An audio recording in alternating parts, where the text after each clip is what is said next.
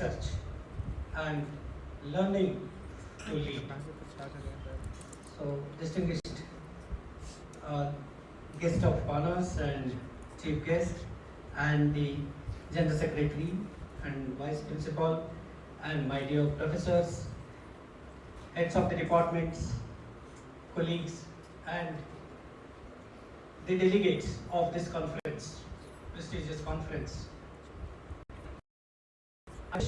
One thing, this journey is very important in the changes in the technology, because the place with which you to understand this, you should have the orientation, you should have the opportunity to learn what's happening in and around, and particularly in the advancing technologies which play a vital role, which is transformative in the nature, and most of it is also destructive, like AI. But still, what is the importance for researchers, educators, and also the faculty and students to understand this real need of deliberations, so that this platform is created to showcase your research abilities and publishing and presenting them in the right platforms, so it can be infused to take things from delivery in the projects. Preamble, and I must congratulate all of you, all the delegates who have shown interest in getting this platform. Make use of this platform for future endeavors in research, innovation, and in technologies. So on this note, this event is of greater importance, and the Vemana of Technology is often take lead role in organizing such events and creating such potential platforms, so that there is a interconnection, there is a networking, there is a sharing, there is a collaboration. All this can happen. So we have organized this for 2 days, and the Vemana definitely is for nurturing our young minds in these areas. This conference, today's conference, this is the second of its kind, and we have received an overwhelming response from 16 countries, including Malaysia, Singapore, United Kingdom, Sri Lanka, Bangladesh, and Thailand, and many more. We have received around 220 papers, and these papers undergone a rigorous review, rigorous scanning for its quality and presenting, and we have a rigorous panel of reviewers consisting of all professionals, academicians. About 487 IEEE professionals have selected only 24 papers out of 220. We can see the quality of papers we are publishing.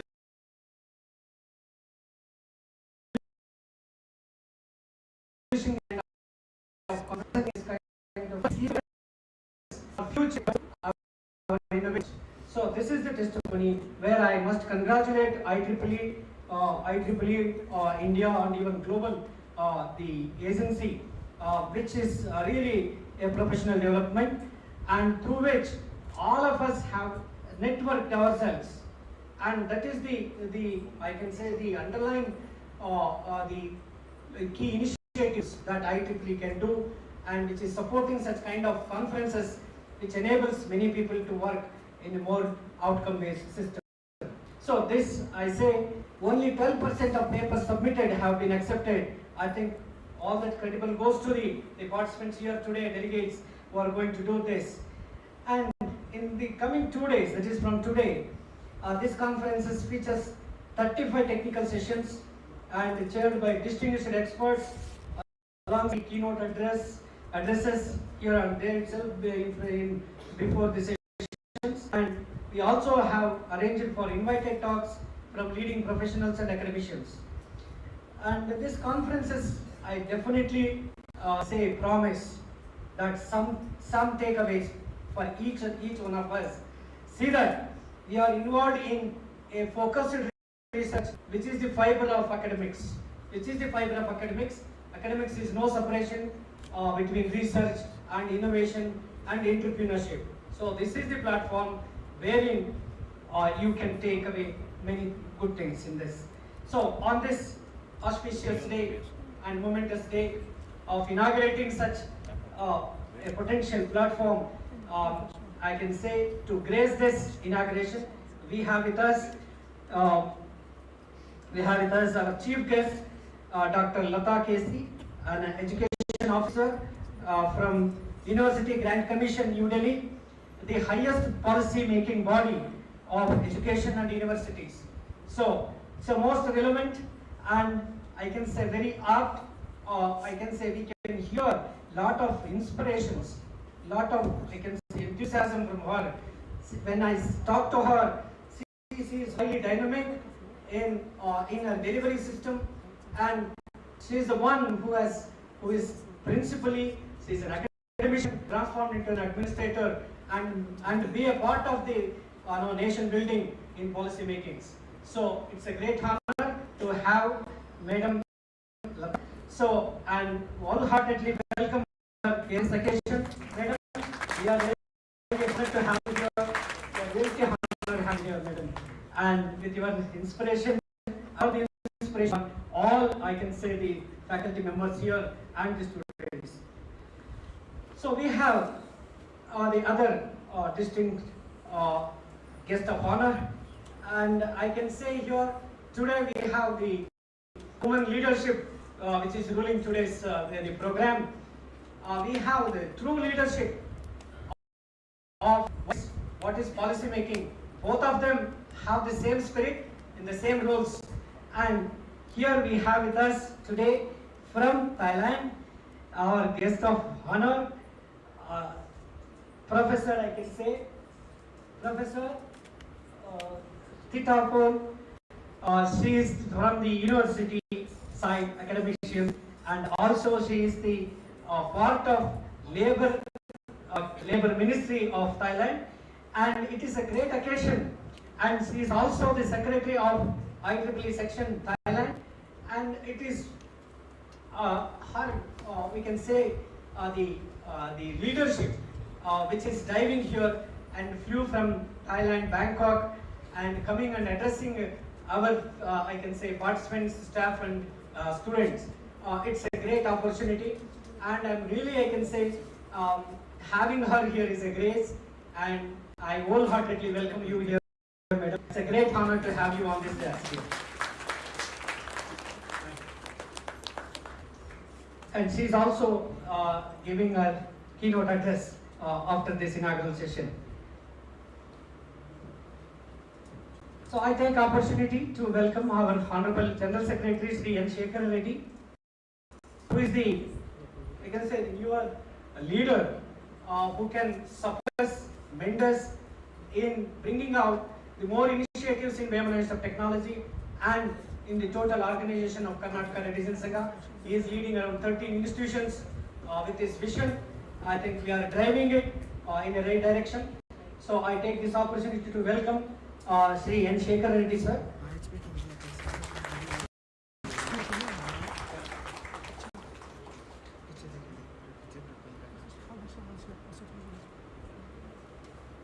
We also have with us Dr. Chandra, the Vice Principal of our institution, and with this, the total involvement in a team, I think we are building this institution, leading it forward for learning and leading. So I wholeheartedly welcome our Vice Principal, Dr. Chandra. I also take this opportunity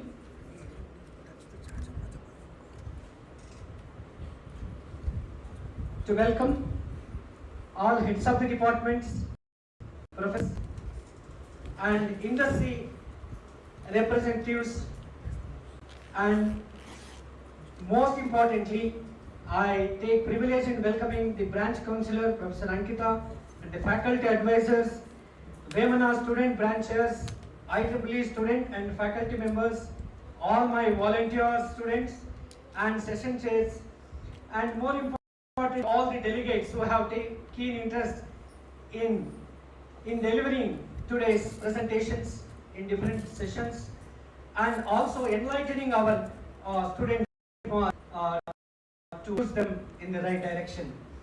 And I have a great appreciation for this event we have been organizing, and also I thank and also welcome the authorities of IEEE Bangalore section for their co-sponsorship, and every teaching, non-teaching faculty staff who have been a part of the team in organizing this and conducting this for 2 days. With that, I wish each one of you to take the benefit of this and see the evaluation in credible. So each one of you, all the very best.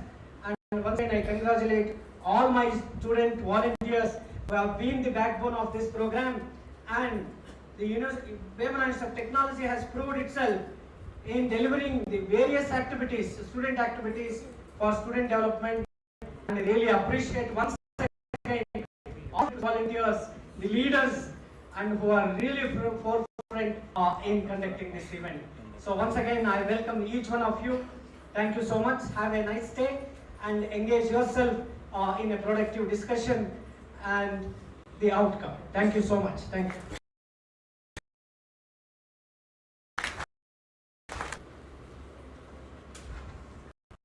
Thank you, sir, for your inspiring words and visionary. We warmly welcome you, sir.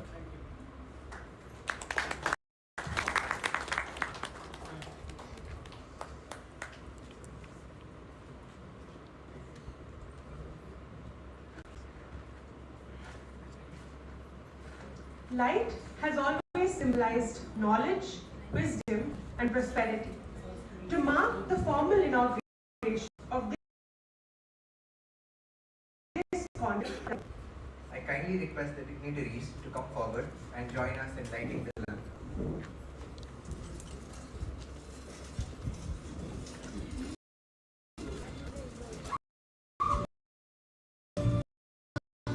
As the lamp is lit, it signifies the triumph of knowledge over ignorance and sets the stage for wisdom, clarity, and innovation in this conference.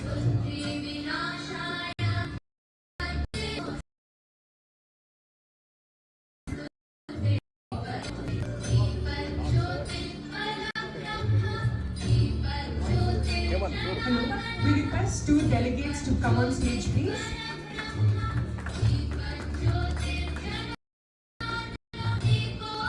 We request you to come forward.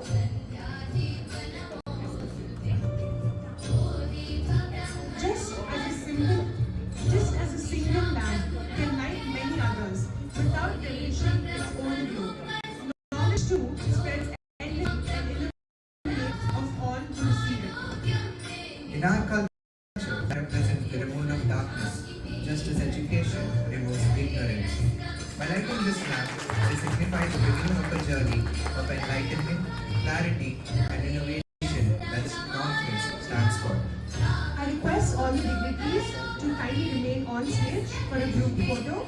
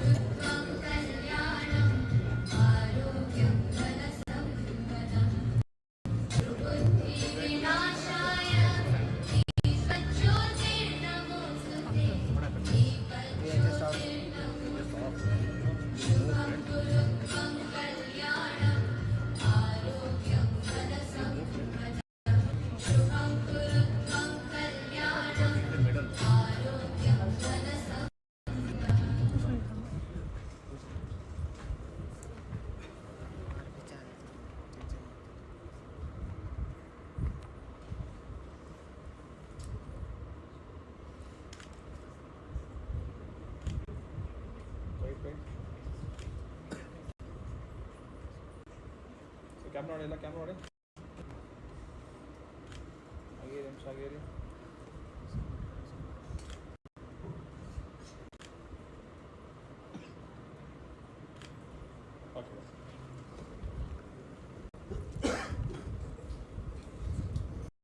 Thank you, esteemed dignitaries, for gracing this ceremony.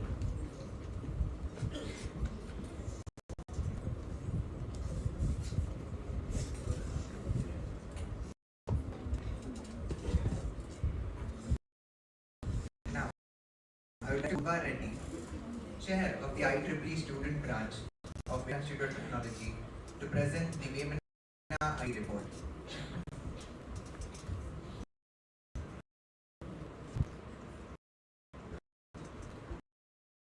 Good morning, distinguished guests, management of Karnataka, respected faculty and friends.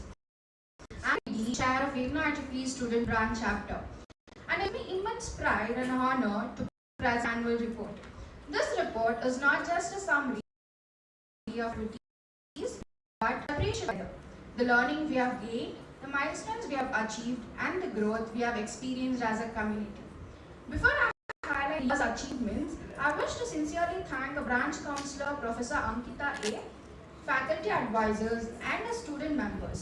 I also extend my gratitude to our management of Karnataka Reddy Sangha and our principal, Dr. Vijayasimha Reddy, and our vice principal, Dr. Shekar SM. Today, our strength lies not just in our activities, but also in our membership. As of 2025, the Vemana IEEE Student Branch has reached 561 actively contributing across 10 societies. Some are IEEE Vemana Engineering, Communication Society, Computer Signal Processing Societies, and many more. This strength helped to secure second place in Bangalore section membership drive. At the branch level, 2024 was a remarkable year. The Vemana IEEE Women in Engineering team proudly received the Outstanding Student Branch 2024 award from IEEE Bangalore. Stood top Bangalore section for events conducted, achieving a record-breaking 101 events in a single year. Adding to this historic milestones, our branch hosted the Move Disaster Awareness Kit launched in the presence of the IEEE President-elect. On this occasion, the first IEEE Move in India was demonstrated for our KRJS students. Our students also made us proud with their achievements. 5 girl students received 50,000 scholarship from IEEE Women in Engineering, supported by West Global.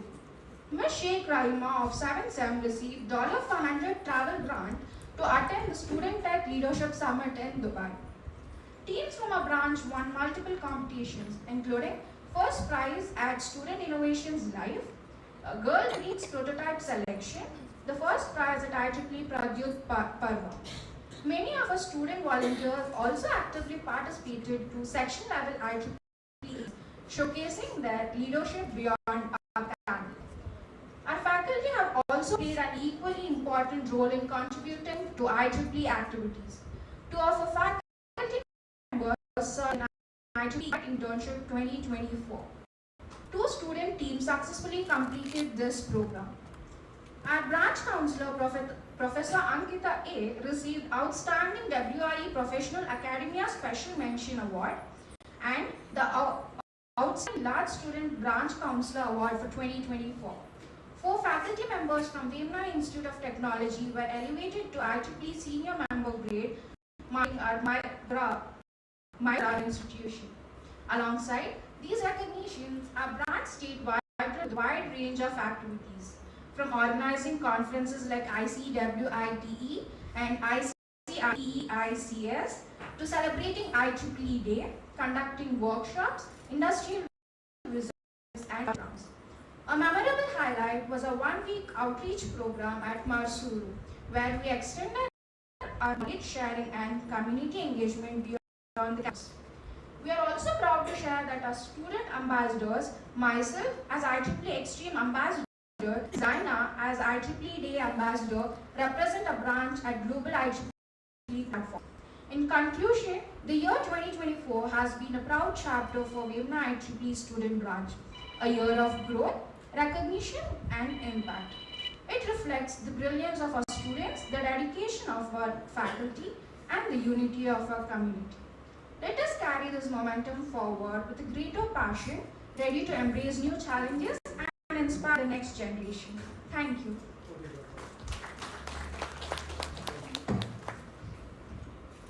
Thank you, Purva.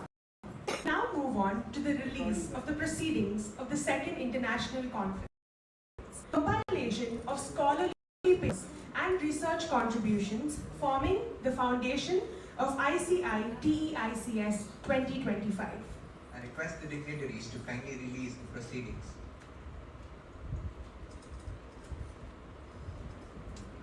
This year, ICITIEICS 2025 has received a response of 2,223 paper submissions from 16 plus countries, including China, Malaysia, Singapore, the United Kingdom, Sri Lanka, Bangladesh, Australia, the Philippines, Thailand, and many more. After a rigorous review process by 487 reviewers, a total of 234 papers have been accepted, resulting in an acceptance ratio of 12%. This conference will feature 35 technical sessions, chaired by 27 distinguished experts, ensuring a rich platform for knowledge sharing and collaboration.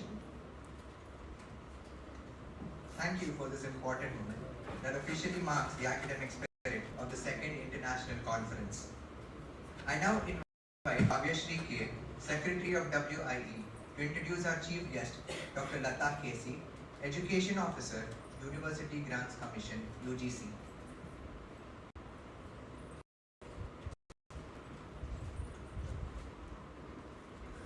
Good morning to all the respected dignitaries, IEEE members, invited guests, faculty members, participants and my dear friends. I am Kavyashri, Secretary of Women in Engineering, Student Branch Chapter at Vemana Institute of Technology.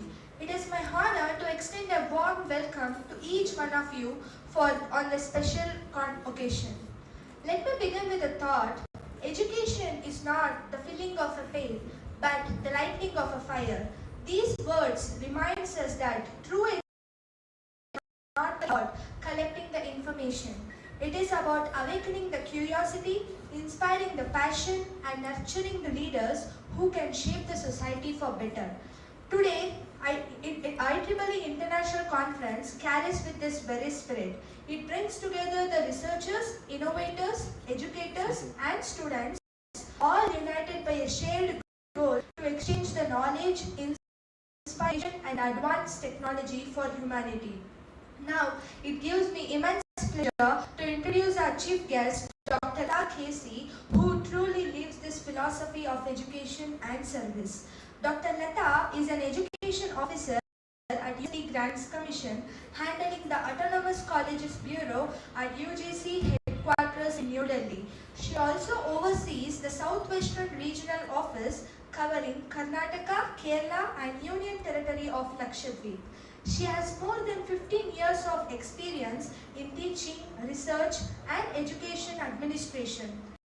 Her career as an assistant professor at KRJS Academy of Higher Education and Research at Mysuru. After completing her PhD in Sciences, she demonstrated the outstanding dedication as a teacher and researcher. Her academic works include important projects in the areas like breast cancer risk analysis, tumor detection, gene expression studies, and wastewater treatment modeling. Dr. Latha's research has been published in international journals and presented at several international conferences in India and abroad, reflecting her global academic contributions.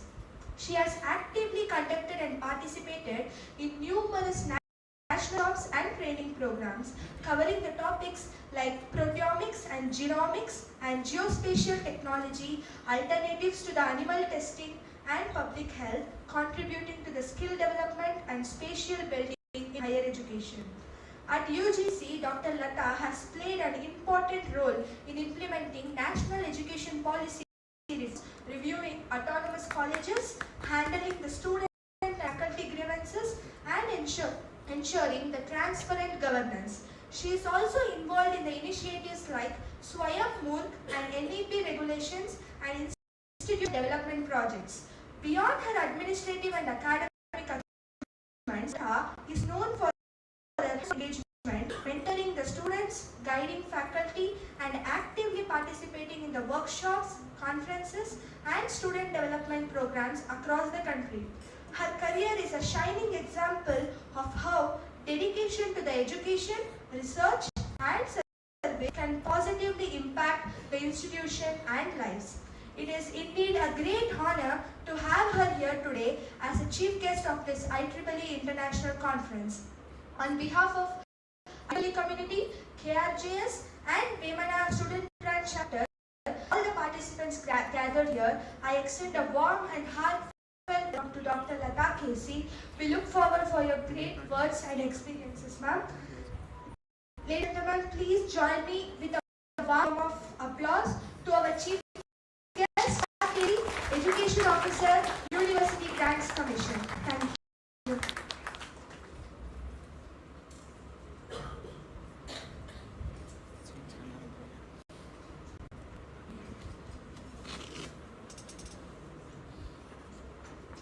Respected President of the Karnataka Reddy Jana Sangha, Shri S. Jayarama Reddy Garu, General Secretary Shekar Reddy Garu, Principal Vijayasimha Reddy Garu, and Vice Principal Chandra Shekar Garu. So, since there is a Reddy group here, I can use Garu. And also, General Secretary, Joint Secretary, Treasurer, General Chair, Conference Chair, Convener, distinguished faculties and dear students, good morning to all. It's a great honor and a privilege to be here as a chief guest for the second international conference on information technology, electronics and intelligent communication systems, that is ICITIEICS 2025. I extend my heartfelt gratitude to the management of Vemana Institute of Technology and IEEE Bangalore chapter, Bangalore section for inviting me to this prestigious event. The theme of the conference is incredibly relevant in today's rapidly evolving technological landscape. So I have also been part of IEEE programs earlier also. This would be a great platform for all of you, especially faculties and students. You learn a lot, you pick up many things from here. So it's a wonderful, have a wonderful time over here, all of you. The main importance of this would be how it would be benefiting to all of you is, so conference like this is much more than just a gathering of minds. They are a vibrant platform for knowledge exchange, collaboration and innovation. They serve as a crucible where new ideas are forged and research is validated and networks are built. For academics and researchers, these events are very, very, very crucial. And then moving on to the other things, where you can benefit, lot of networking can happen here, where you have to just get up, communicate, meet people, talk to them, interact with them, and grab the information what they have just by talking and exchanging few words with them. And also be just being part of these kind of events, you will always be updated, which is very much necessary in today's world. Also, there is lot of skill development going on through this. You will learn many skills over here in this platform. So these kind of conferences are very much essential for institutes ranking. It might be national ranking, NIRF, or international rankings like Times, QS, etc. Yes, it is very much necessary for institutes to host these kind of programs or events which would help them a lot, indirectly benefiting their faculties, their students and research platform. Other kind of profits through this would be research and professional practices would boost up through this, which is very much required in rankings, where we check out the profiles of faculties and their research. So this would add up there also. Next, peer perception. Participation in these international conferences enhances institutions' visibility and reputation at a global platform. So your institutes get marketed at international platform through these events. Faculty-student ratio and your publication, yes, the overall outcome of these events would be to increase or to add up on your publication things. Along with this, the future technology and many other things you would get to know through these events. So I will not bore you all. You all know much better about this and how to make use of it, or when to like pin it properly. So with this, I would like to wind up with few of my words, that I congratulate the entire organizing team of ICITIEICS 2025 for putting together such a commendable event. I wish all the presenters and participants a fruitful and engaging conference. May your discussions lead to a groundbreaking ideas and your collaborations to the lasting partnerships. Have a great partnership through this, and that would help you indirectly in many other things in future. As you all know, having authors from different streamlines or from different places, interdisciplinary also, would increase your research value. So that would be possible through the platform. I wish you all a very good luck. Once again, congratulations to Vemana Group. Thank you.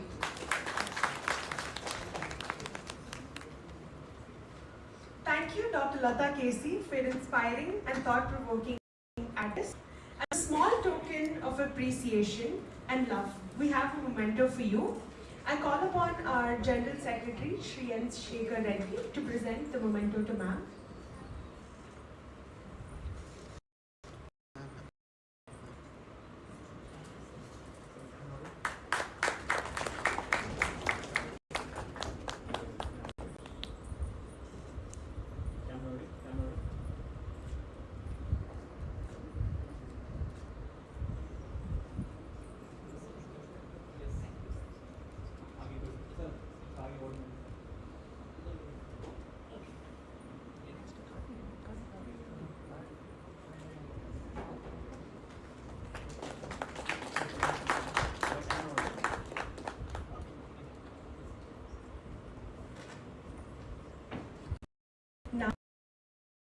Wahid, the Vice Chair of the IEEE Student Branch, to introduce our guest of honor, Dr. Thitiporn Ganakatana, Secretary of the IEEE Thailand Section.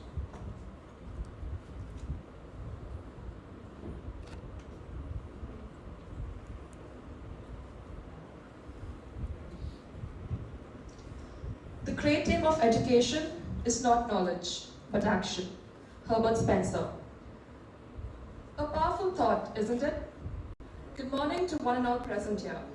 My name is Zainab Wahid, Vice Chair of the Vemana IEEE Student Branch Chapter, and it is one of the deepest honors of my role to introduce our guest of honor for today. That call to action in the beginning to turn theory into tangible act is the highest part of achievement. It's a challenge that asks for more than intellect. It asks for vision. It requires more than skill. It demands courage. We often consign such transformative figures to the pages of history books. We watch them accept awards on global stages. Even people like that are somewhere far away, building a future for someone else. But what if I told you, the future is being coded, designed and architected right here in this very room. That seated among us is not merely a speaker or a scholar, but a builder, an engineer of tomorrow's intelligence. Today we stand in the presence of one such builder. Among us sits a scholar whose journey is a blueprint for excellence. It begins at King Mankit's University of Technology, Thornbury, with an excellent foundation, a first-class honors degree crowned with a gold medal in media technology. She then pursued advanced studies at the prestigious Chulalongkorn University where she earned both her master's and PhD degrees in electrical engineering with groundbreaking research in computer vision and machine learning. But what makes her story remarkable isn't just her degrees, it's what she has built with them. As a university lecturer in the Applied Computer Science program back at her alma mater, she doesn't just teach, she inspires. She guides the next generation of innovators in the master program in data innovation and intelligent systems, shaping minds that will tomorrow shape our world. Her research transcends academic exercise. It serves and protects. She is the brilliant mind behind video anomaly detection systems, the pioneer building bridges between artificial intelligence and embedded systems. With nearly 40 scientific publications to her name, her work doesn't just reside in journals. It actively safeguards our nation. Her collaborations with the Royal Thai Police and the Royal Thai Armed Forces have earned her one of those honors, the Royal Monarch by His Majesty the King Phra Klau Rama VII.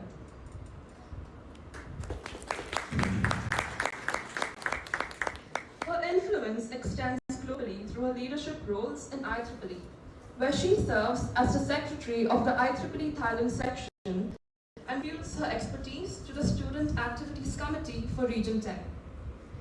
Her innovations have triumphed on the world stage, bringing home gold and silver medals from the International Exhibition of Inventions in Geneva, a testament to Thailand's growing prominence in global innovation. She is both an academic force and a practical visionary, a professor who seamlessly from university lecture halls to international conferences as a respected keynote speaker. But beyond all these accomplishments lies something even more valuable, a commitment to service that defines true leadership. She has taught under the patronage of Her Royal Highness, Princess Kalyana, served as a visiting faculty at multiple institutions, and continues to expand educational opportunities and beyond. We recognize not just achievements. We honor a legacy in the making. We celebrate someone who represents the very best of what education can achieve when paired with purpose and action. It is therefore with the deepest admiration and the greatest pride that I invite to the stage a true architect of the future, a visionary who transforms theoretical knowledge into tangible solutions that make our world safer, smarter, and more connected.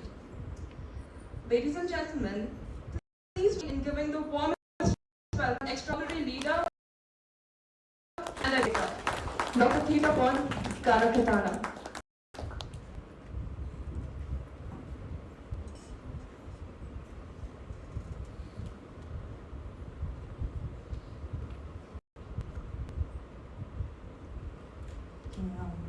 Thank you very much for a very nice introduction. So good morning, everyone. Good morning, distinguished guests, respected organizers, fellow researchers, and dear students. So it's really honored to be joining today as a guest of honor and also as a keynote speaker for this conference. IEEE International Conference on Information Technology, Electronics, and Intelligent Communication Systems. So first of all, I would like to express my sincere gratitude to the organizing committee and also to all the faculty members and also for the principal at Vemana Institute of Technology. Conference like this do not merely serve as academic gathering, they are also like a catalyst for the researchers for collaboration as well. So the conference provide us the knowledge exchange and innovation. So it's really good to see you together here because when we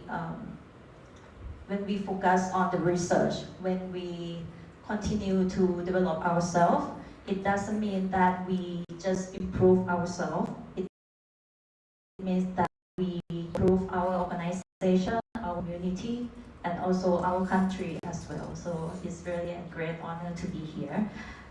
So the theme of this conference is also, I really love the name of this conference because I think it's really, in the trend, and like in every word here, it shows the significance of the research in nowadays. Okay, so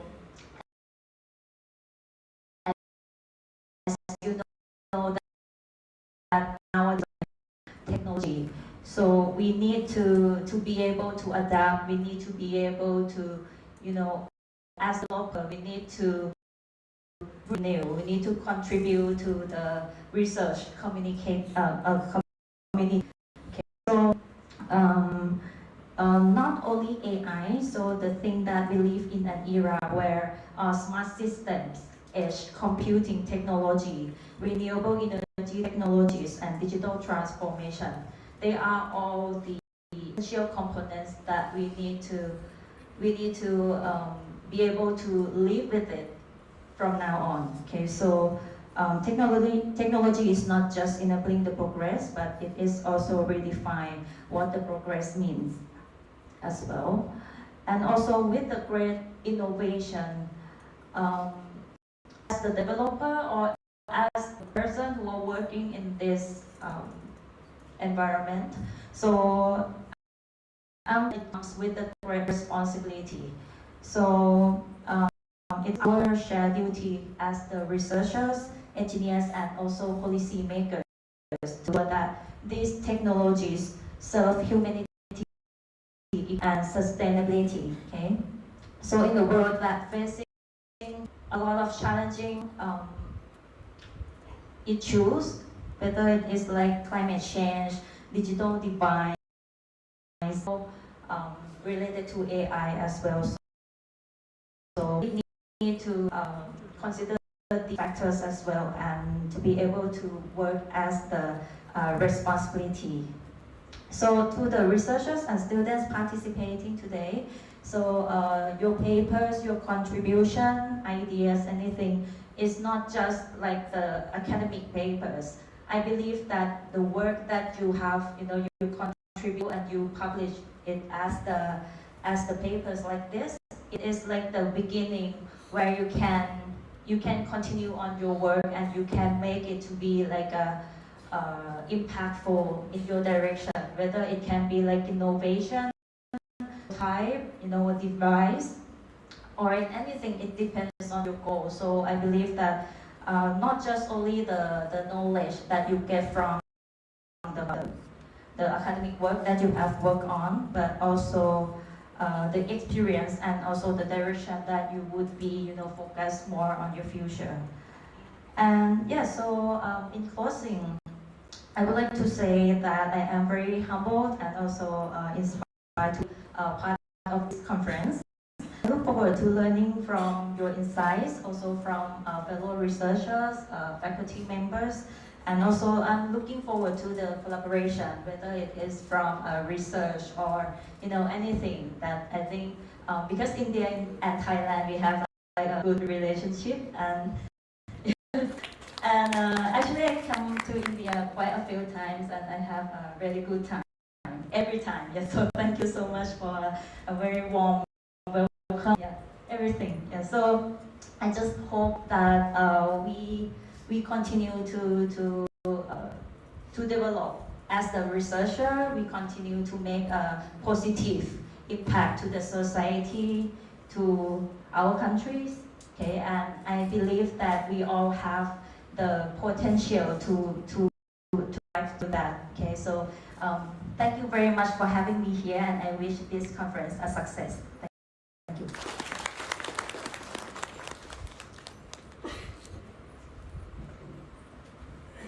Thank you, Dr. Thitiporn ma'am, for your valuable insights and gracious presence. As a small token of appreciation and love, Principal Vijayasimha Reddy DG to present with the momentum.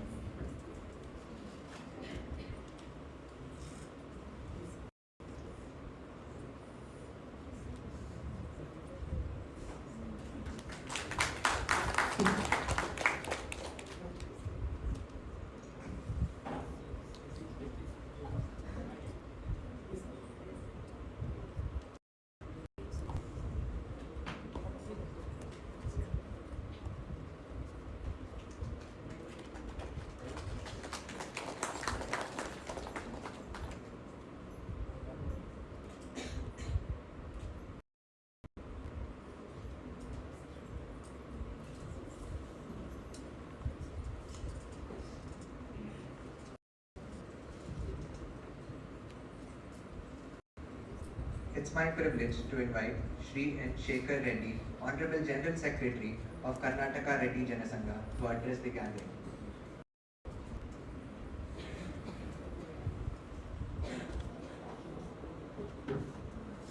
Good morning, everybody. Dignitaries on the dais for the second international conference in IEEE. We have two dignitaries. In their introduction speech, they were having huge knowledge. Dr. Latha, KC, is from UGC University Grant Commission, where Madam is heading responsibility, where they can implement how the system has to run. And one more dignitary, Dr. Thitiporn from Thailand. He is also Secretary of IEEE. In the introduction speech, you know how knowledge Dr. Thitiporn is. He is a very talented dignitary.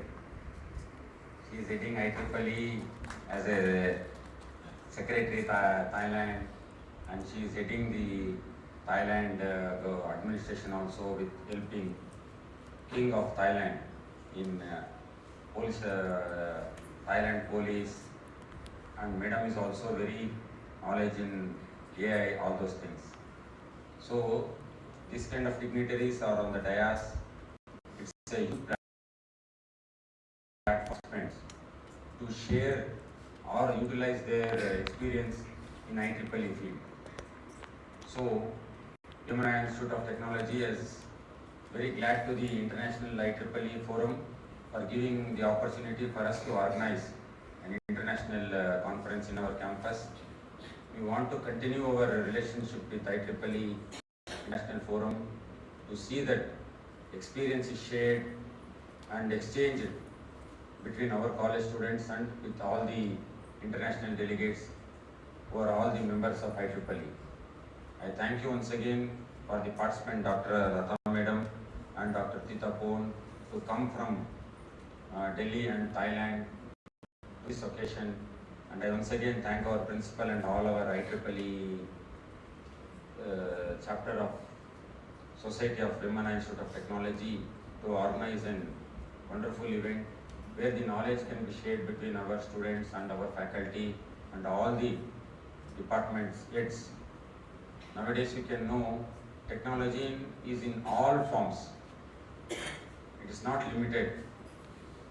No limitation for technology.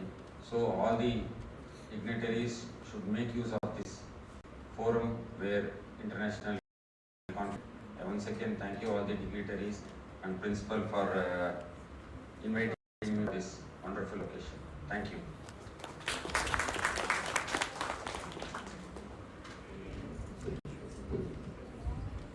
Thank you, sir, for your motivating and visionary words. To conclude the inauguration ceremony, I now invite our branch counsellor and convener of the ICITIECS 2025, Professor Ankitha A, to deliver the vote of.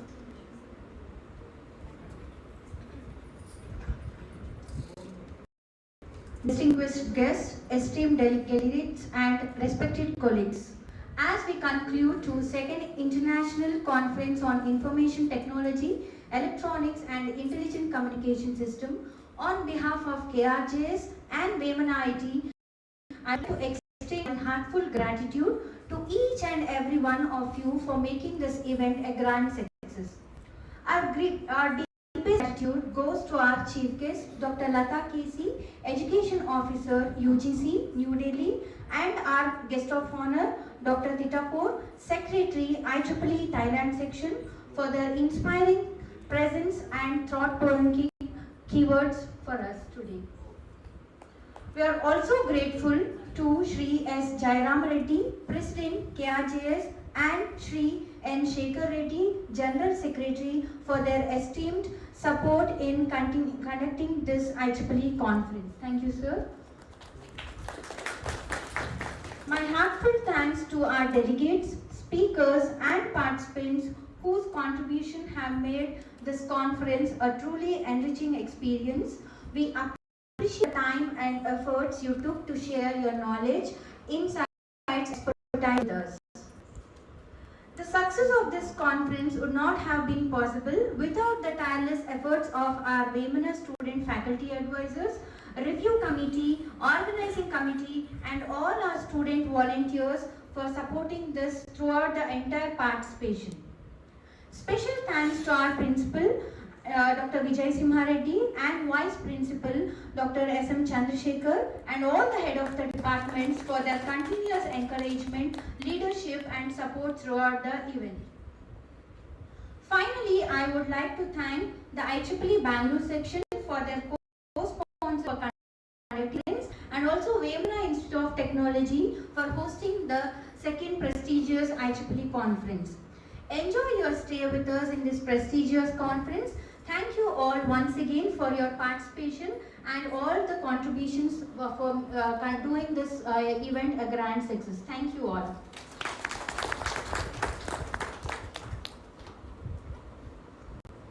Thank you, ma'am. May I now request everyone to rise for a national anthem.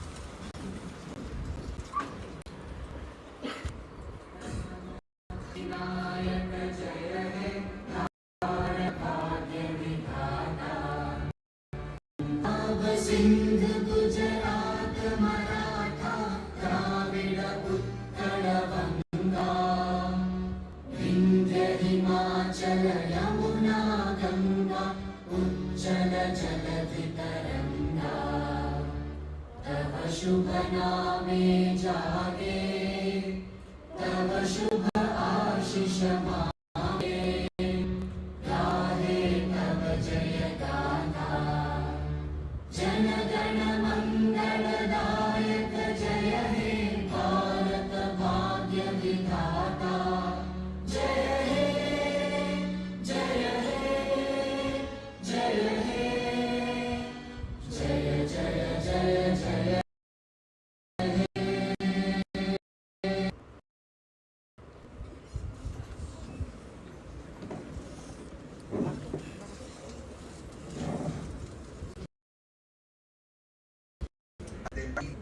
Request everyone to join us after the break. I'll begin with the keynote address. Everyone can gather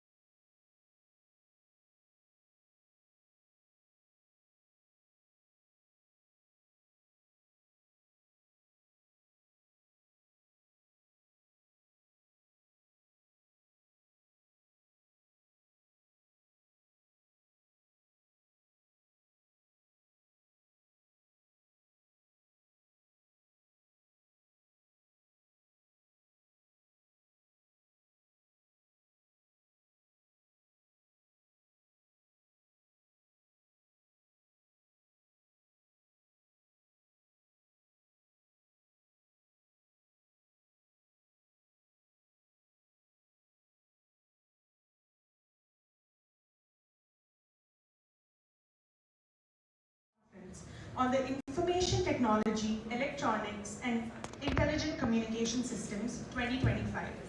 It's my privilege to invite Dr. Thitiporn, Secretary of IEEE Thailand Section, to deliver her keynote address.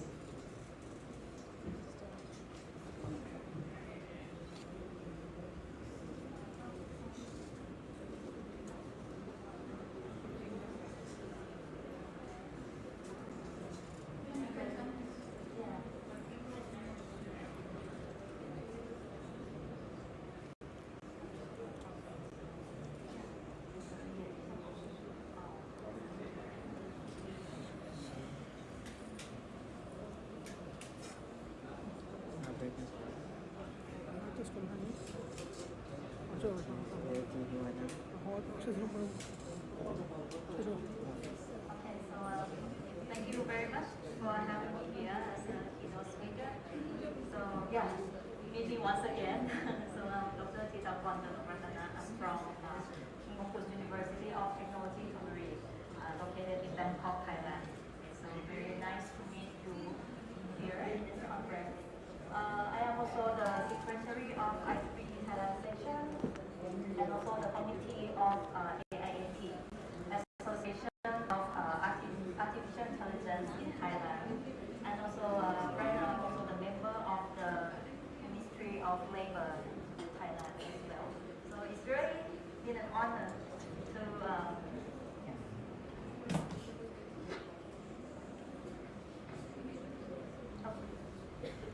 Okay, so it's really been an honor for me to be here.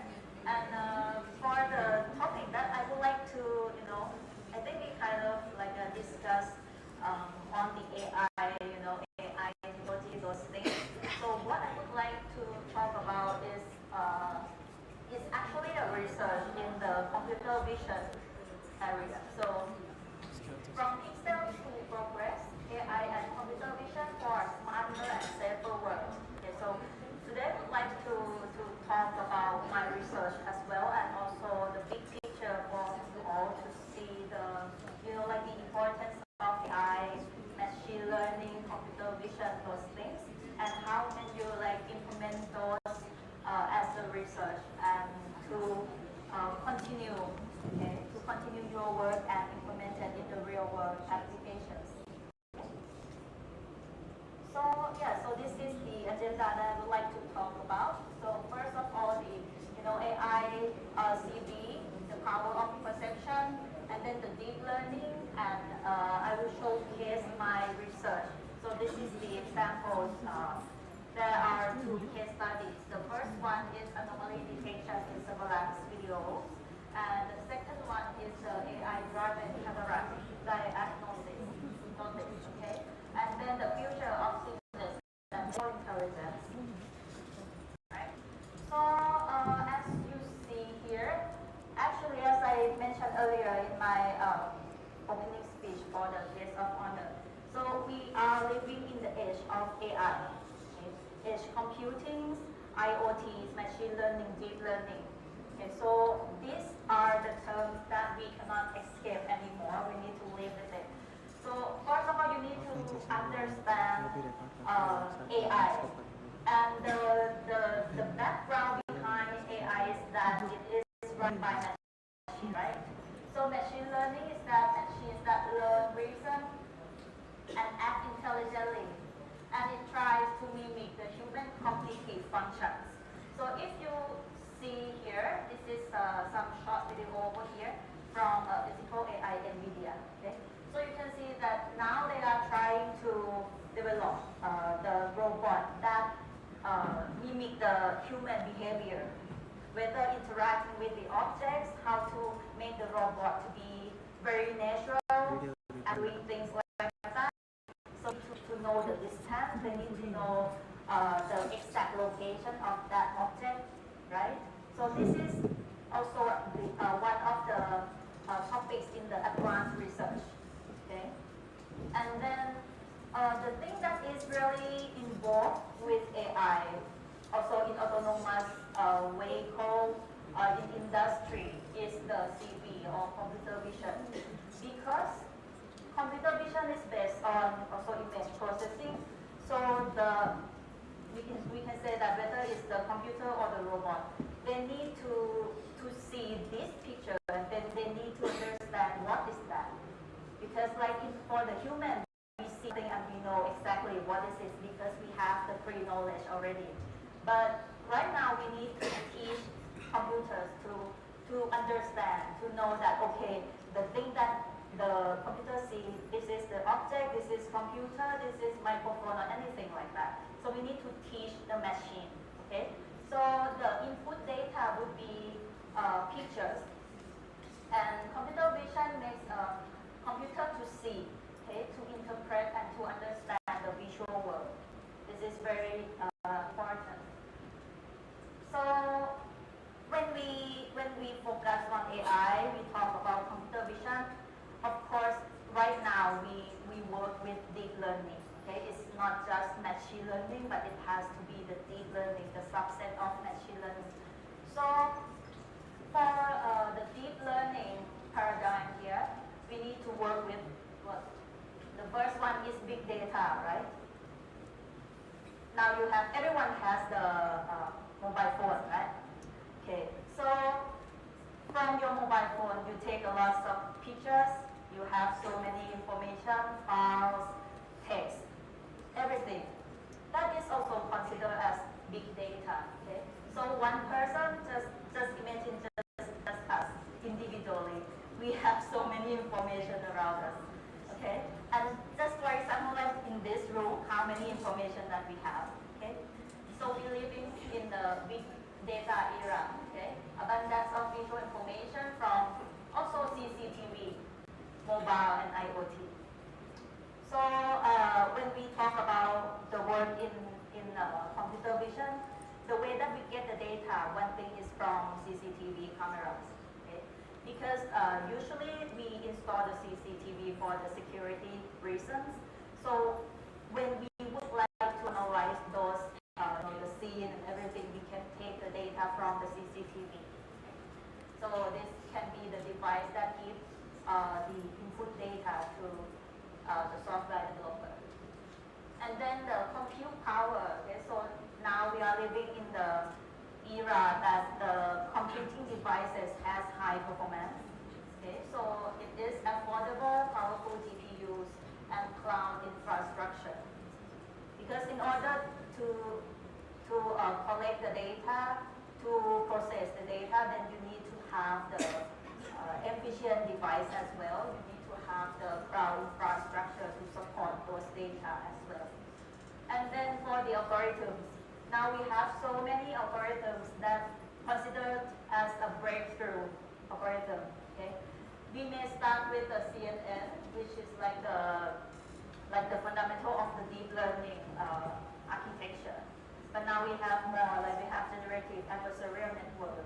We have autoencoder, we have transformer. Okay, so this is also one of the breakthrough algorithm. Okay. And so before we go dive deeper into the deep learning world, I would like to mention some of the traditional computer vision. Okay, so the traditional computer vision approaches can be handcrafted features. So in the past, when we would like to do something in computer vision research, for example, you would like to detect your hand, you need to find the algorithm that can, find the edge of the hand, find the center of the palm, find the point of your fingertips, something like that. So you need to analyze and you need to implement these techniques to get these features. Okay, so long time ago, 2013, I used to do the software for lens detection. So at that time, I used like half transform histogram, okay, to detect the length of the rod. So that is quite effective compared to that time. It's quite effective. So like this function, it helps the driver to know exactly that they are driving. Like for example, if it is the solid lane, you cannot just cross through the lane like that. Okay, but if it is like a dashed line, so that one means that you can like cross the lane. So it's one of the feature of the intelligent driving system or autonomous system nowadays.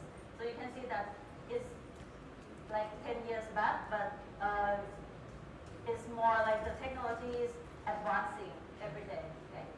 So for the limitation of traditional approach, it requires domain-specific knowledge for each new task, and also often struggle with real-world variability. For example, the different lightings. Okay? So for example, if you test your system in the closed laboratory environment, maybe testing result it would be very great because you control everything, the lighting, the scene, the foreground, background, everything is already set. But when you apply to the real world, it's just different story. You cannot control anything. You know, the light, the shadow, the crowded people, occlusion scenes, everything it can be like obstacle. So yeah, so if we apply only traditional approaches, you can face these problems. Okay? That's why researchers try to overcome these problems. Then it comes to deep learning.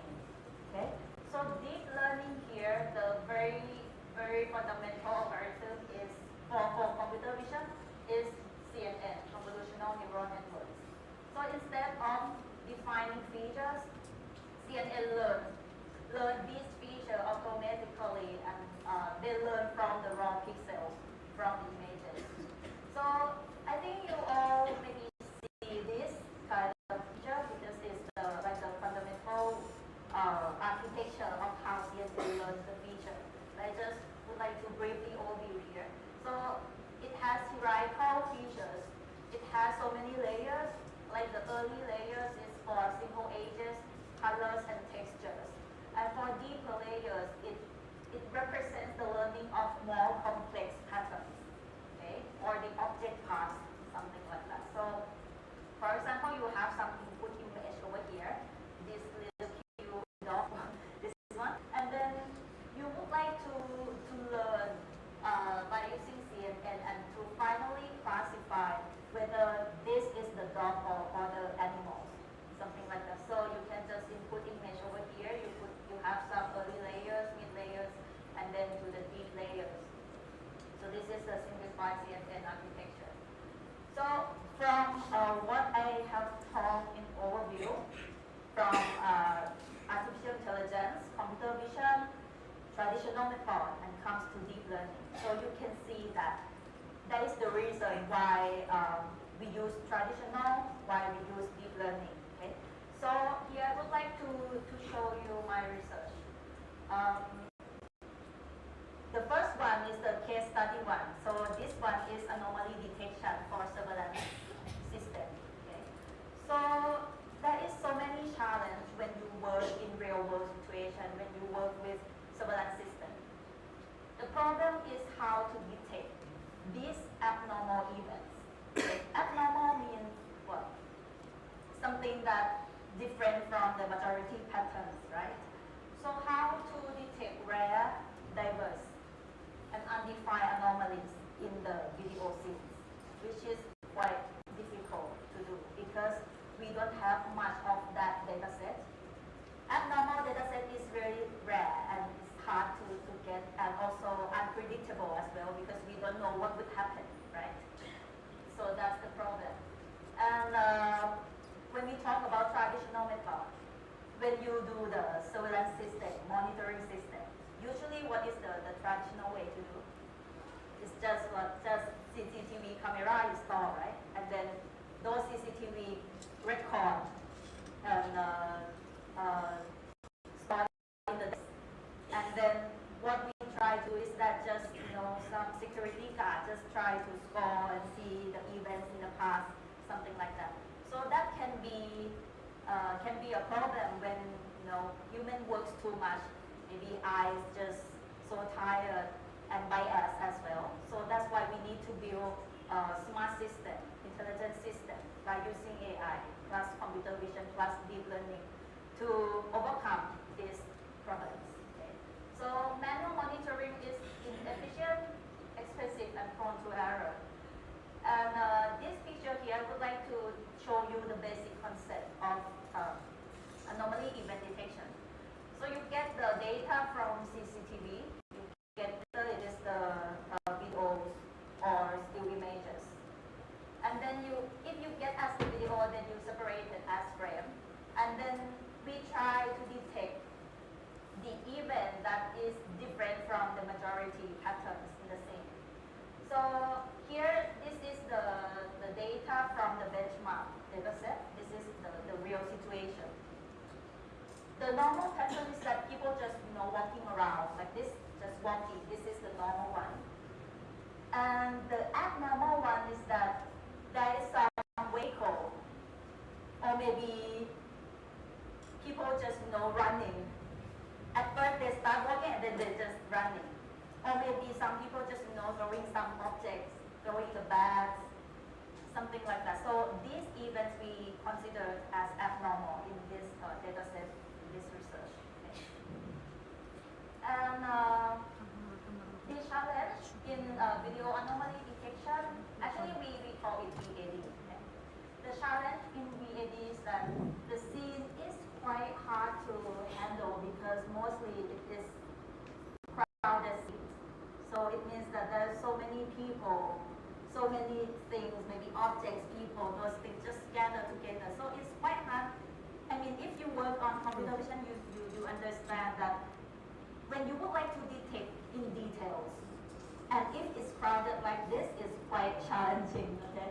But now in deep learning, we have so many algorithms that can do that. But still, if you want to get in details, like in recognition or localization, that would be quite difficult. Also the data set, so as I mentioned that the lack of abnormal training samples in data set is really important because it leads to the insufficient samples for the training. Okay.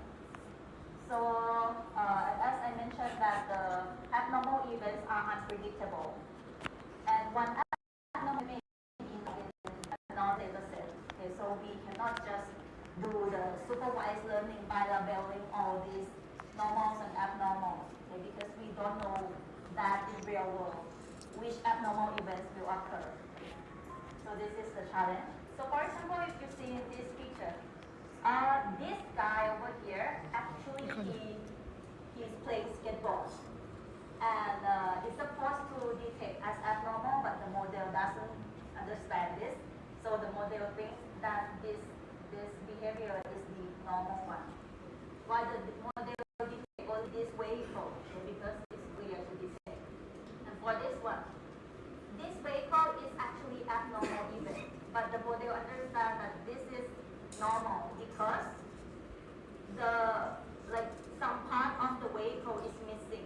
Okay, so it means that when you would like to detect, localize, and recognize the object, you would like to get the full appearance of the object, okay, in order for the model to completely understand the pattern and the features of that object. And yeah, so it leads to another challenge about localization. In this research, usually people just focus on the frame level. Frame level means that if you see that object in the scene, then that's it. Like you don't care about the position where that object exactly located in which part of the scene. But the pixel level, you need to know the location of that object as well. That's why you can track the object. For example, you would like to know this vehicle A travel to which direction. So you need to detect first, then you localize, then you can track. Then you know this vehicle in frame A is sitting here. And then like 10 frames pass by, is moving to another direction. So you can track this direction of the vehicle as well. Okay? Also another one, it's actually affected by the localization problem. So if you cannot get the exact location from the scene, then it leads to false positive anomaly detection. So it means that the normal event is considered as abnormal. So like this, you can see this is the abnormal one.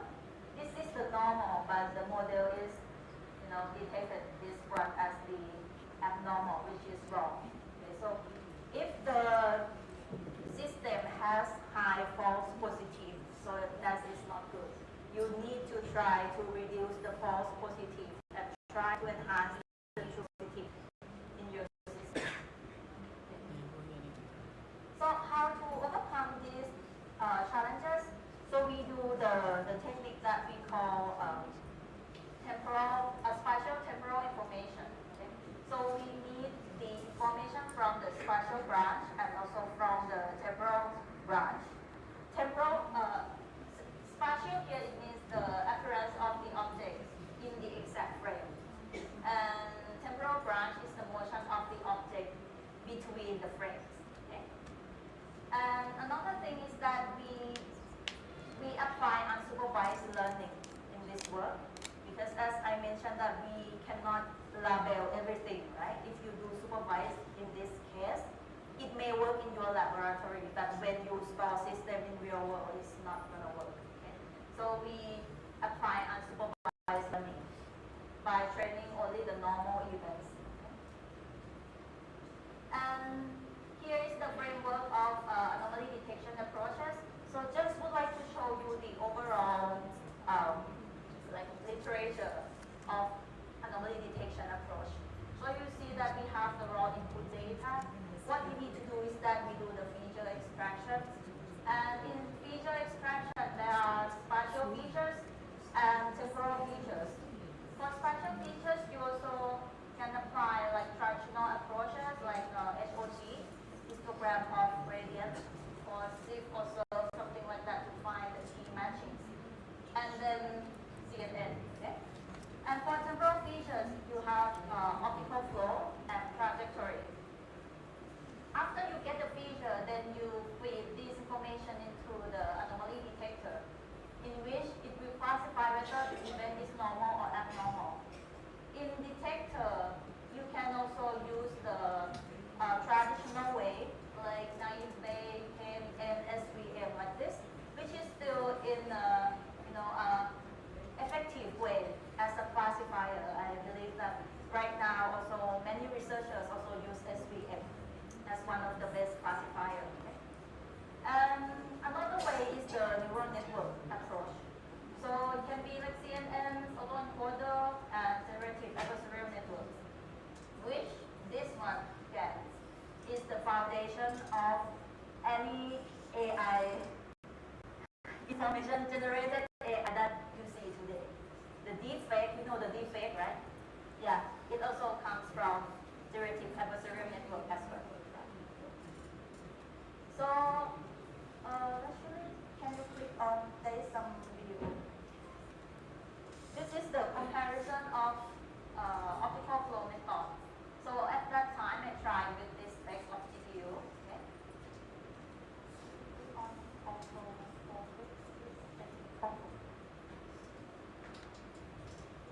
So this is the famous optical flow techniques. You know, the one that theory for racking, PCA flow, and then simple search. This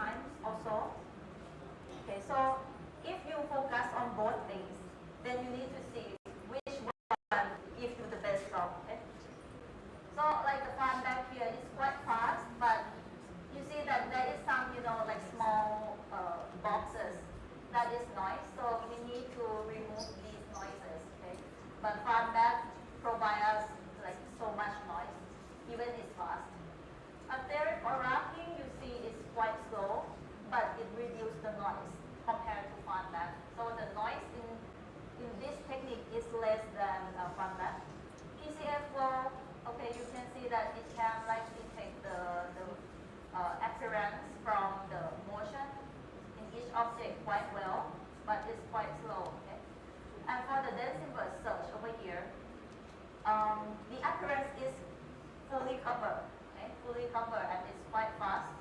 And also it provides a smooth object that covers the full object. So these are the comparisons. So from this research, we get the conclusion that, okay, the dense inverse search over here is suitable for us to apply for motion representation in our framework. Okay, so this is the journal that I have published in IEEE Access. So if you are interested, you can read in detail. So the core idea is that we learn the normal patterns of motion and appearance, reflect anything that deviates significantly. It's unsupervised approach, and we get a very good accuracy score on this one.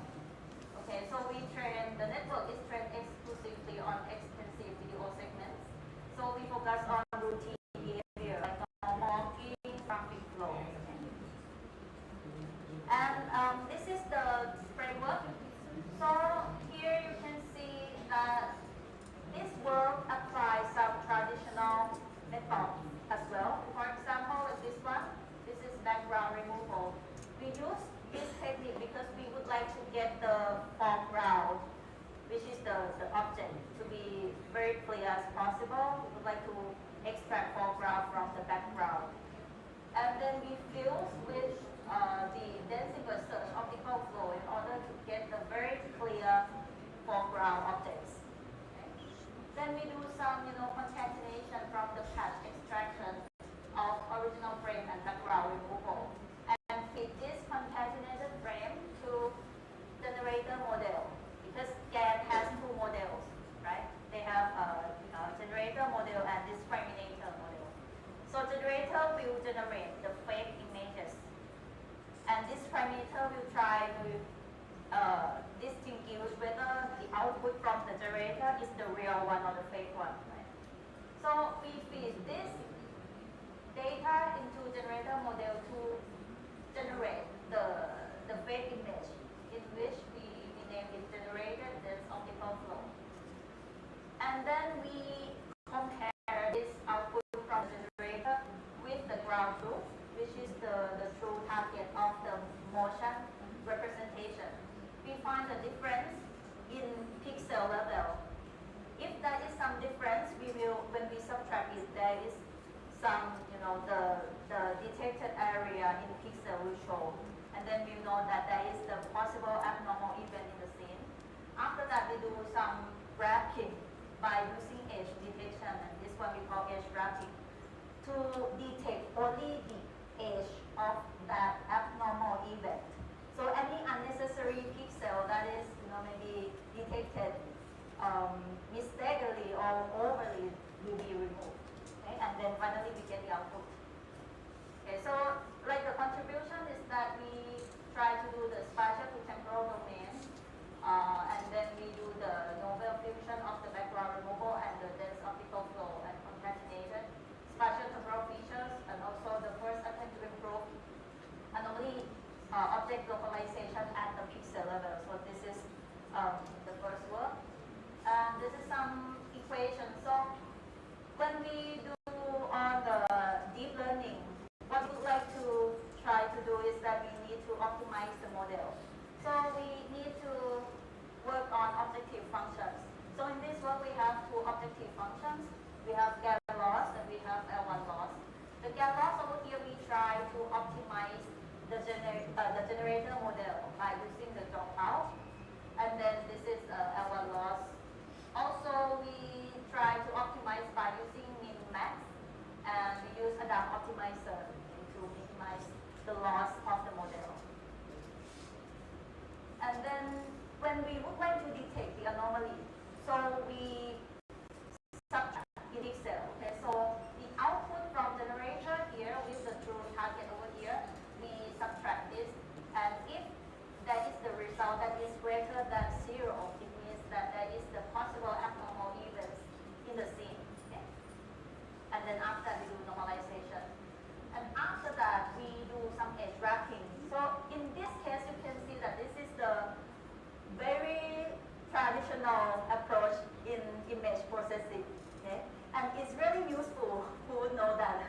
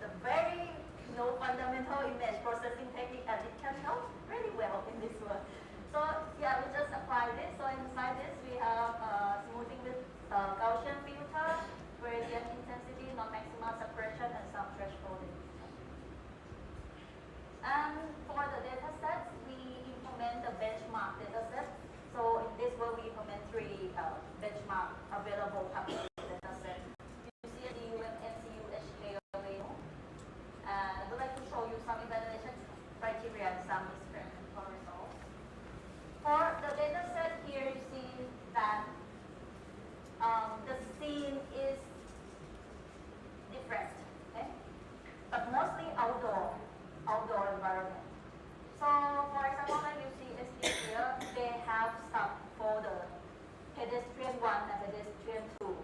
Pedestrian 1 is quite more challenging than pedestrian 2. Do you know why? This one is more challenging than this.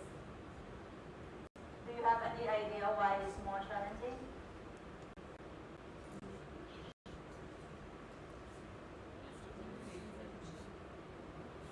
It's not very clear.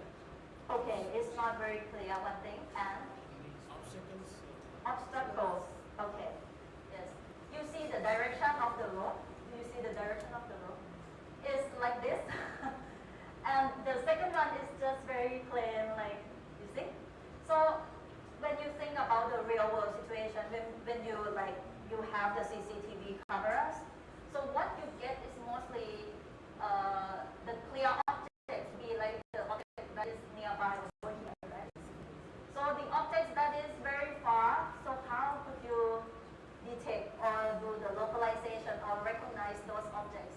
So it's quite challenging. Okay? So this one is quite, very challenging to do. The second one, UMN, this one, they have the indoor and outdoor scenes. So this one is like, usually people just start walking around normally and then suddenly they just running. So we need to detect and localize this. And then the last one, CUHK venue. This one is, actually they set the scene in front of the gate of a university.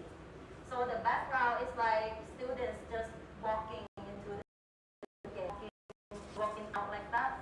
And then there is some people just, running across the camera, or like one guy just walk here and just throw the bag and do something weird, okay? So that is the abnormal events that we need to detect and be able to localize. And one thing is that in this data set, some scenes, the camera is checking. Maybe they didn't use the stand like this. So maybe in the scene, you see like the ground is not in the same level. Some scene is like shaking like this. So it's really challenging when we would like to, because we focus on the object in the frame. So when the scene is shaking like this, we cannot know the exact location. We need to track it, okay, by knowing the pattern of the object. Yeah, and parameter settings, we use Python and MATLAB. We use the GPU NVIDIA for training, and we set some reconstruction loss and using adapt optimization. And then for evaluation criteria, as I mentioned earlier, so we need to check these two criteria. The frame level evaluation just check the performance of abnormal event, whether the abnormal event is detected, no matter where is it. They just care about that is in the frame. Okay? But for the pixel evaluation, it indicates the position of anomalous events and trigger if the detected abnormal area overlaps more than 40% with the ground truth. And yeah, so this is some experimental results. This work, I named it the STN. So the STN over here, we compare the EER, which represents as an error, the lower the better. AUC, like accuracy, so the higher the better. The highest value of AUC is 1. Okay. And okay, so here you can see that we get the quite good in AUC and EER, where we overcome, outperform other state of the art. And for computational time, this one is like around 0.315, around this 0.319 for each subfolders of the data set, which is quite good for the real-time system. And this is some demo. Okay? So you can see that in this work we can detect the events, but there is some part in the object that is missing. So the part that is missing caused the false positive in this work as well. So this is UMN data set. You see that at first they're just walking, okay, just walking, and then suddenly they just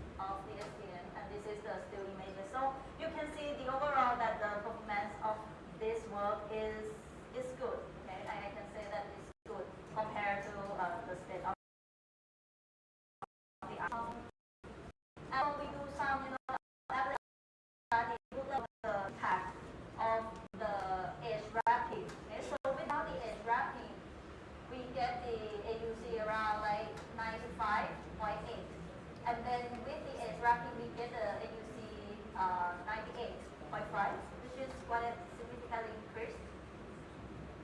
And this is the final output of the localization. Yeah. So the good thing from this one is that it provides the fast detection. Okay. It provides the good object detection and localization, especially at the frame level. But as we use the traditional method since the pre-processing part and also for the post-processing part, so it means that it is quite affected by other factors like the illuminations, shadows, occlude the scene. Okay, so when you use traditional methods, so you need to be consider that if you embed this, then you may not get the accuracy as your lab test. Okay? Yeah, that is the main point of this work. So then we try to make it more robust with the focus on the pixel level. Okay, so in this one we propose the DRSTN. In this one we use deep residual spatial temporal translation network. Okay, this one is published in patent recognition letters. So both journals here are in for Taiwan. Okay, this one is in tier 1 and for Taiwan in JCR. Okay, so if you are interested in more details, you can find this paper. So the key idea is that we still do the unsupervised learning. Okay? We learn the normal events without using any handcrafted features. We propose the RC GAN. So in this one we use the conditional GAN in order to generate the fake images and to discriminate the output from the generator. We use the object detector as pre-processing and use online negative mining and semantic region merging as the post-processing. So you can see that the thing that is different from the first one is that here we didn't do much on the traditional approach. Okay? We didn't do the background subtraction, those detailed procedure, but we just apply the object detector, which is, have you guessed which one provide the best performance in object detection? Which algorithm that used in object detection and you get some good results from that? Any technique comes out in your mind? YOLO, yes, thank you. Yes, YOLO. So I use YOLO. Okay? And then after we get the file already, then we find the difference and we apply online negative mining and semantic region merging. Yeah, so this is the demo of the RSTN. Yeah. So you can see that you see the color. So the color here is come from optical flow. So you see that it like cover the appearance of the object like comprehensively. Yeah. But sometimes it's too much as well, as you can see in this video. Okay. So yeah, so there is no like 100% advantage, and so there is some trade-off. But at least in this work we try to focus more on the pixel level, okay? And we try to localize those objects in the scene. Yeah, and this is some still images. Yeah, so the advantage of this one is that it's more accurate, okay, compared to the first version. Is it provides better spatial temporal translation and quality of the synthesized image due to the residual units that we modify in the DRC GAN, and also we use binary cross entropy loss. Okay. Yeah. So overall it's like this, but the disadvantages is that when you focus on the accuracy, it means that your model is larger, maybe it's more complicated. The size of the model is larger, which leads to it leads to complex running time. Okay, so it takes more time for the running. So if you consider it to be in the real system, then you need to be careful with this higher time consumption.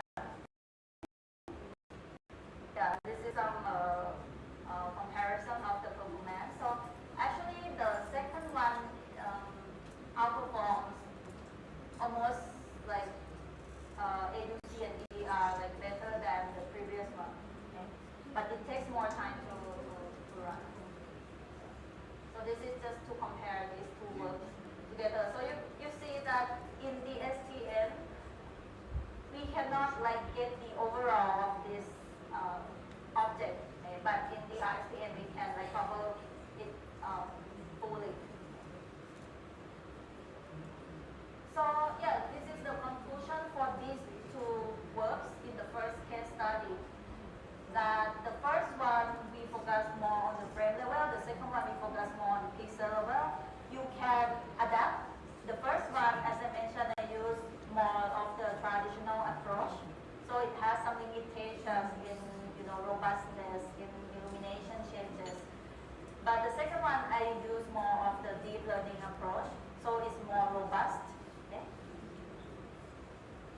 And for the real world impact, because as I have the project with the Thai Royal Police, so actually we work on the security, we work on the like monitoring surveillance system.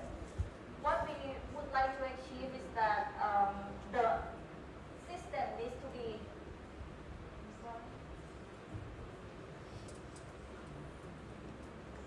okay. So the system needs to be proactive security, like automated real-time alerts for unusual activities in criminal infrastructure. Also reduce the workload. Okay? Less manual monitoring, personal focus on verified threats, enhance safety, and also operational efficiency. This is what we would like to achieve in real world situations. So this is the real use case because I embed the system in Chonburi, okay, in Chonburi province. Okay. I think you may know Chonburi province. Pattaya, Pattaya beach. Okay, Pattaya is located in Chonburi province. You see the beach, the sea over here. Yeah, it's very popular, but Chonburi province is quite large. Okay?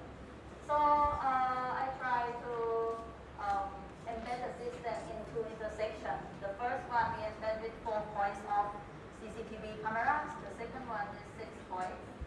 And this system is the criminal detection. Okay?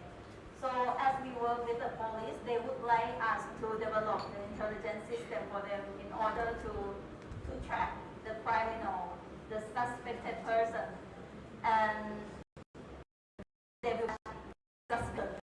Okay?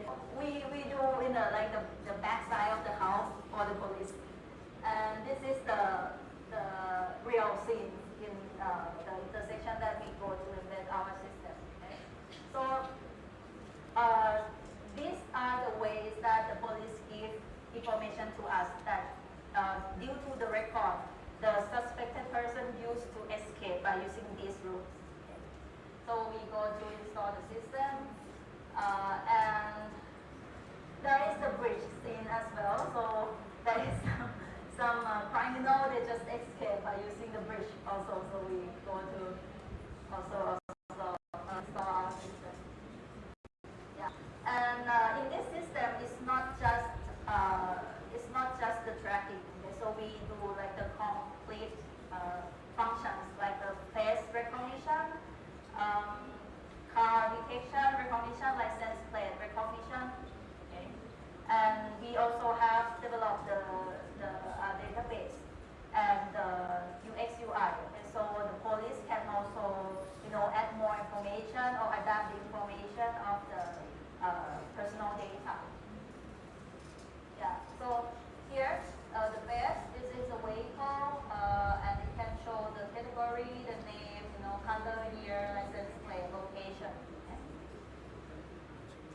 Yeah.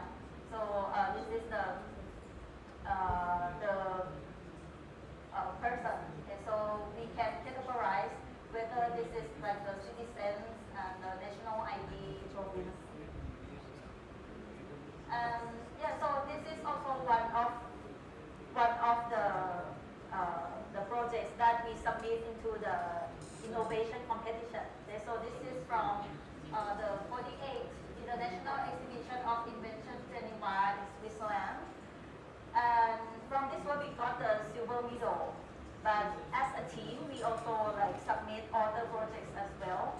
Like we got the gold medal, the learning game, stroke paralysis, rehabilitation for virtual reality. Okay, so we developed some learning game for the person and try to do some exercise, and that one we got the gold medal.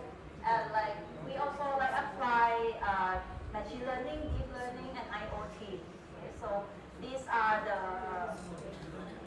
research area that we need to integrate. Okay, so yeah, so that one we got the bronze medal. We developed a prototype pillow for detecting snoring with embedded technique for elderly people. Okay. And this one it's quite interesting because when we were there, a lot of couples come to ask me whether where should I buy this, how much, something like this, and mostly the wife is the one who asks because the husband keeps snoring and she's like, I'm done, I need some device to help me. Yeah, so it can be like innovation, it can be fun, it can be like useful, okay, for society. Yeah, and I also get the award from National Research Council of Thailand from this work. And this is some PR from my university. Yeah. It's quite a big event. Like after this year, in 2024, I also went to Tokyo, to Japan, and joined another innovation competition. And at that time, I do the ECG signal to control the robot arm. And that one got the gold medal and also like the grand prize from the event. It's called JDIE. Okay, so actually it's open for all. Like if you have some research, some product or anything, you can apply and go into the innovation competition in international level. And then this is the like extended work, continue from anomaly detection. So I have a connection with the company that distributed CCTV in the northern regions in Thailand. But they focused first on Chiang Mai province. Anyone know Chiang Mai province? Have you ever heard about that? It's quite famous. I mean, yeah, it's quite, like if we talk about the northern part in Thailand, it's gonna be Chiang Mai first and then Chiang Rai. But Chiang Mai is gonna be number one. Okay, so yeah, very nice province.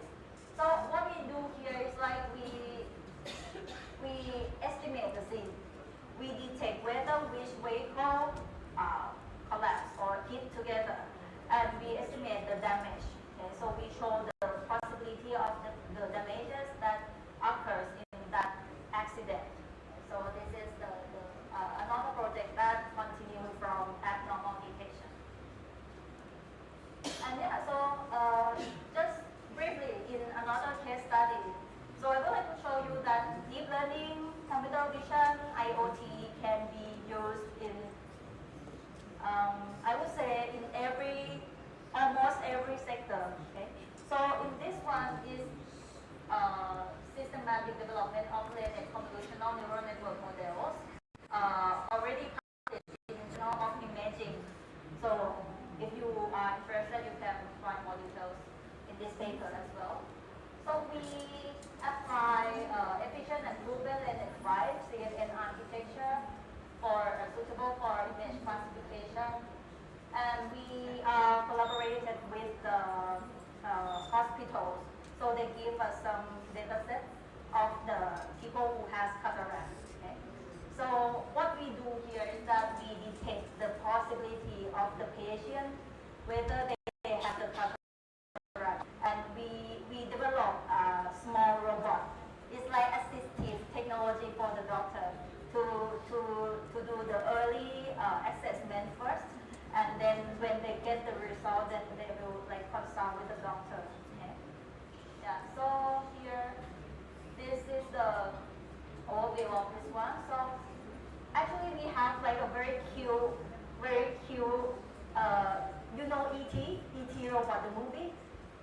that. It's like they have the head like this, and then we have the screen. We use Raspberry Pi for the processor, and then this robot can be like put in anywhere. It's very lightweight. Okay? So this is the result. So you can see that if you chose like the possibility, like if it shows the green color, then you are fine. You are not having a cataract. Okay? But if there is the red circle in the result over here, it means that you have the possibility of have the cataract. Okay? Yeah. So this is the clinical outcomes and accessibility. So it helps enhance decision support, improve accessibility, also facilitates early intervention and scalability. Okay? And this work is also be chosen from the national research in Thailand to show the work in the exhibition in Thailand.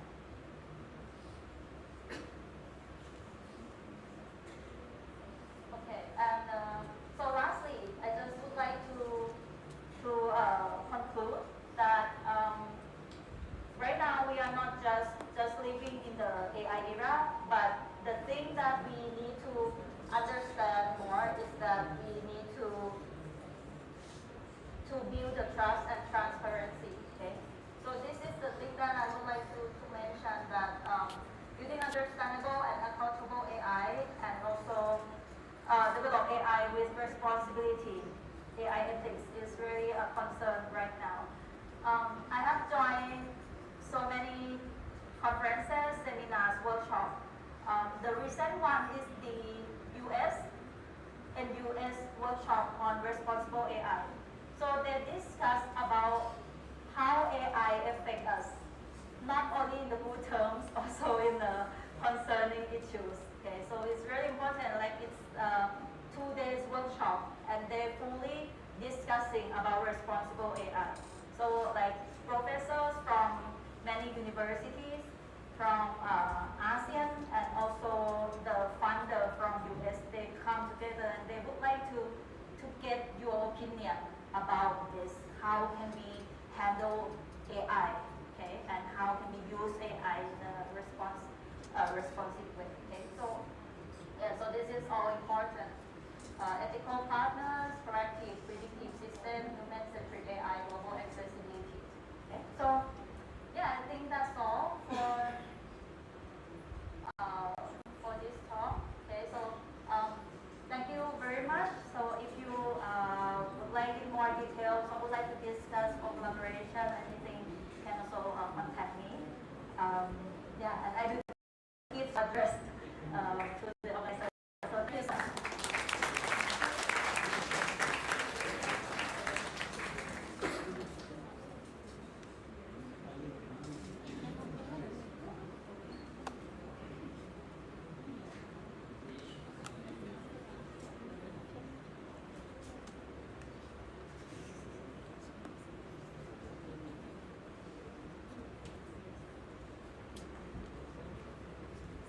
Thank you, Dr. Thitiporn, for your insightful keynote address on AI and computer vision, covering applications such as accident detection, ethical intelligence, anomaly detections, and distributed systems.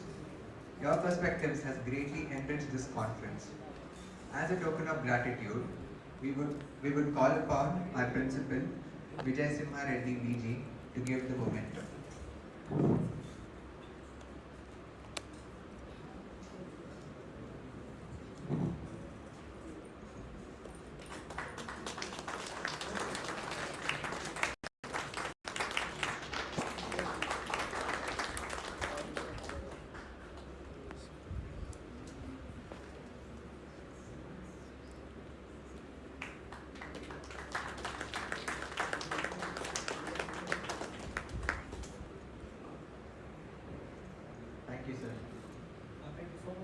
It was so insightful.